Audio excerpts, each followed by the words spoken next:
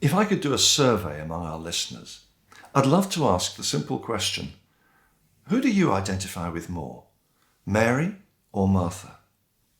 Now, I don't know, but I can't help feeling that most of us would identify more with Martha, or at least that we would want to. After all, she's so capable, so organised, so helpful. Whether in church life or life in general, we want to be that sort of person, don't we? And if we're honest, the people that we really value in an organisation tend to be those who get things done, who take responsibility, who have an eye for detail, who are not afraid of hard work. The ones who are really good at sitting down and having a good chat may be very pleasant company, and we certainly want people like that, but they may not move us appreciably closer to our goal, whatever that is. And it's not only that Martha is being efficient and hard-working, she's also being generous and hospitable. Imagine if you were in your home, and Jesus and an unknown number of followers, maybe the full 12, maybe even more, just turned up. They're hot, they're tired, they're probably hungry and thirsty. What would you do? Martha just gets on with the not inconsiderable task of providing for them all. We're not told exactly what she does, but it certainly keeps her busy. And these ideas of hospitality and service are really important in Luke's Gospel and in the New Testament in general. For example, in Acts chapter 6, the apostles choose and anoint 7 people to do the practical job of distributing food to widows and orphans, a really important part of the work and witness of the early church. These 7 are called deacons, and it is exactly the same word, diakonos, that is used of Martha here. And when Jesus in John's Gospel wants to show his disciples what real service looks like, he ties a towel round his waist and washes their feet. When Paul is writing his letters to the Romans and to the Corinthians, he gives lists of spiritual gifts, and gifts of service and of helping are included in these lists. We may conclude, then, that Martha was exercising a spiritual gift, the gift of help and hospitality and service. So why does she attract criticism rather than praise from Jesus? If you're listening today and you have any role of responsibility within a church, just think back to the last time you were busy and involved with a service or an event. Maybe you were behind the scenes, or maybe you were out at the front, but you knew that your contribution was valuable, and that even if you were a bit flustered and rushed off your feet, it was worth it, because you were allowing the act of worship of the rest of the congregation to happen. Church wardens will recognise this scenario as a familiar one, I'm sure.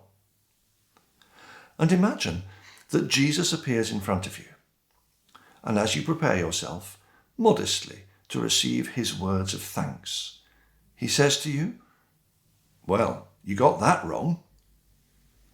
That would really take the wind out of your sails, wouldn't it? But that's what happened to Martha. And in a moment, we will try to work out why. I think that Martha, for all her devoted service, had lost sight of the bigger picture. Let me put it like this. What can we do for God? The answer, of course, is that there is nothing, literally nothing, that we can do for God. He is self-sustaining, self-fulfilling, without need. He really doesn't need our help. But what can God do for us? Well, the answer there is everything. He keeps us at every moment in existence. We have nothing that he has not provided, and everything that we do with his gracious permission. This is the reality of the human relationship with God. But Martha had lost sight of the divine nature of her visitor and saw only the weary human Jesus. Her sister Mary, the lazy one in Martha's eyes, was more acute in her perception. She saw that in this man Jesus, God had entered into her house, and that there was nothing in all the world more important than to drink in his presence and to learn from his words. So absolute is her need of Jesus that she breaks all social conventions. If she wasn't going to help her sister Martha in the kitchen, she should at least have stayed in the women's quarters. And not only does she join the men, but she sits at Jesus' feet as a disciple, a place of honour for a favoured student.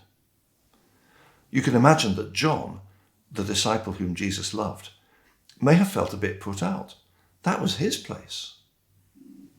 So Mary's behaviour was extraordinary, but so was the opportunity. The Saviour of the world was in her house. So I think we can see why Jesus reacted as he did. Martha may feel rather hurt, but she's missed the point.